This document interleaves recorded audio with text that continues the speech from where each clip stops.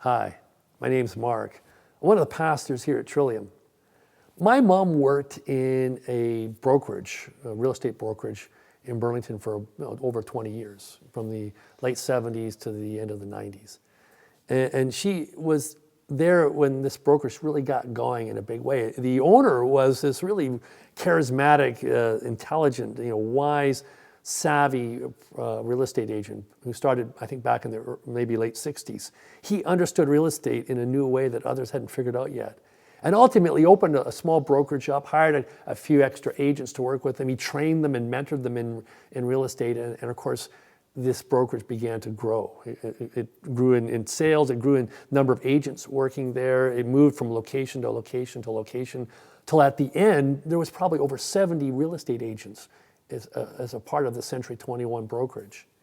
And what happened was that the brokerage began to get so big that it outgrew the gifts and abilities of the original owner. Even though it was his name on the front, and even though it had flourished in a way that he could only have dreamed of when he started, nonetheless, the brokerage needed new sets of gifts and insights and leadership. And the owner was so jealous of not opening that up to others and held on to it so tightly.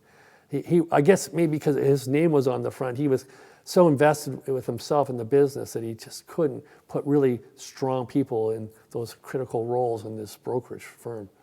And the franchise ultimately began to suffer for it. And I compare this to the kingdom of heaven movement that Jesus starts up.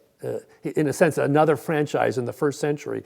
And he brings a few agents along with him. He begins to train them, Peter and Andrew, James, John, others. And there's a whole small community gathered around him. And they become, in a sense, a franchise of the kingdom of heaven movement. And something wonderful begins to take shape. It begins to grow and flourish. And now the critical moments come. Jesus has been teaching the disciples not of his importance or how critical it was for him to stay, but how important it is that he leave them. And they want him to stay. And yet he realizes that they will not seek the critical element of life with him standing in front of them. In fact, the franchise has grown about as far as it can in his direct leadership. He needs to disappear so that the genius that lives within him can now come and live within the disciples. And so Jesus disappears. That's Ascension Day. There's a really fancy story around it, but in simple terms, Jesus just simply leaves. And now the leadership has passed forward, in a sense. It's been paid forward to the disciples. And they are now called to rise up and lead this franchise into new vistas, to new horizons, to new opportunities. And they're promised the gift of the Spirit, but in this moment, it hasn't come yet.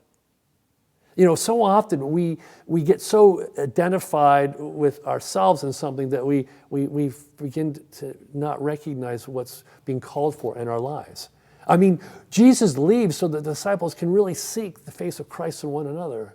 He leaves so that they can recognize the genius that really does live within all of us, in love at least. We can recognize it in one another.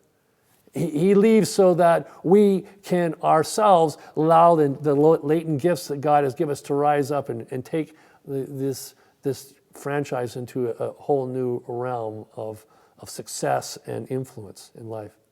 Now, I compare that to that brokerage firm in Burlington. The owner, in the end, he couldn't let go. He had to be center stage all the time. And in the end, weak people were put into leadership, and ultimately the franchise goes bankrupt. And he's left destitute, and many others with him. Jesus leaves so that this franchise can flourish, and it does. It does. It flourishes. It grows in ways that he couldn't even have expected. And it extends its reach out to the far corners of the world. And even today, this franchise flourishes thousands of years later, generation after generation of paying forward in leadership.